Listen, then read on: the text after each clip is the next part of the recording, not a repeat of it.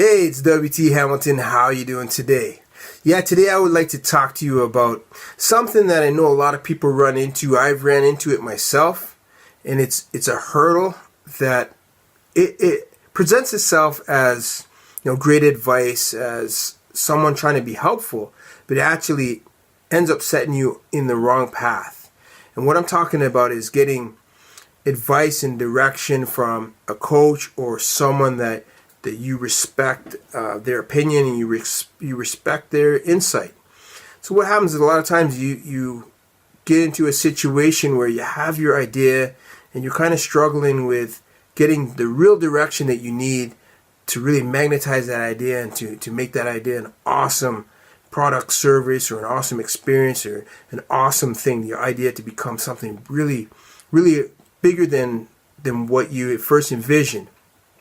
Or maybe to get it to that size of your what you thought it would be, but you're struggling to put the pieces together to get there. So you consult, you talk to different people, and maybe you have a coach. If you don't have a coach, you probably should, because coaches are very helpful in keeping you motivated and keeping you on task. But what happens is sometimes the coach will look at what you're trying to do, and this happened to me. I've been through this, and they'll kind of get you excited on their vision of what your idea can be. And you start to kind of go into their direction. And what will happen is you will get some success. You'll start to make some money. You'll start to make connections. You'll start to see that your business is growing. But it's not growing in the direction that you want it to. It's going in the direction of your coach. So after a while, you'll start to get really busy, and you could get overwhelmed in the success that you're having, but you're not being fulfilled. You're not loving the success because it's not the success in the way that you had envisioned it. So you're basically building somebody else's version of your success. This has happened to me, and one of the things that happened to me was with coaching, where I was kind of being pushed to do more coaching than anything else. And coaching is something I enjoy doing, but it's not my passion. It's not what I want my main part of my business to be. So at one point I had to step back and start to say to myself, and I wrote about this in The Luckypreneur, but I had to say to myself, if I really start to build this up and become super successful in this way, and I have more access to money, more access to people, and I have people counting on me, I'm never going to be able to step back from it and really live the passion that I want to live.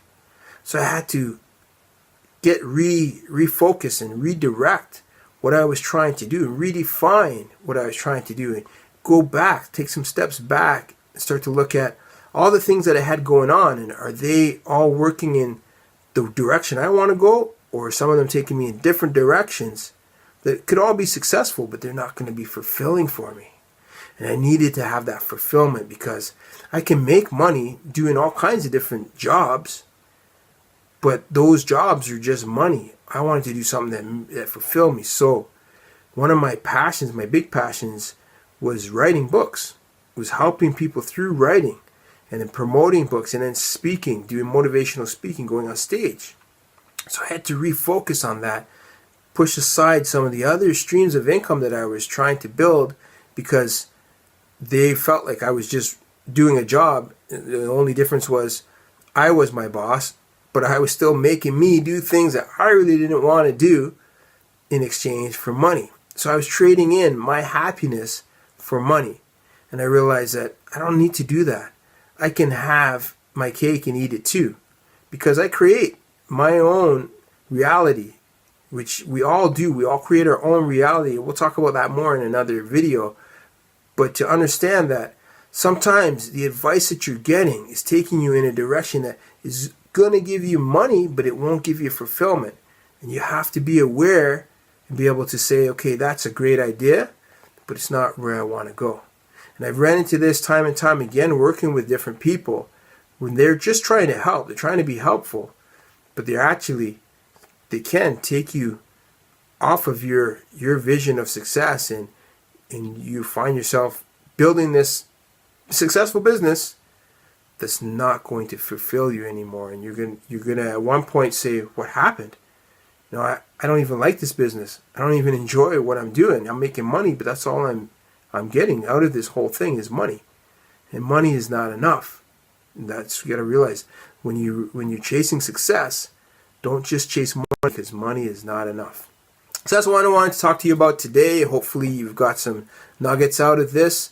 Like I said, I write about this experience and some other mindset breakthroughs that I'm sharing in the Luckypreneur. I share them in Lonelypreneur. I share them in the other one chapter books that I have doing, and plus we do Your Invincible Power book series as well, where we look at how we use the law of attraction to really create more success and more happiness and more joy in our lives.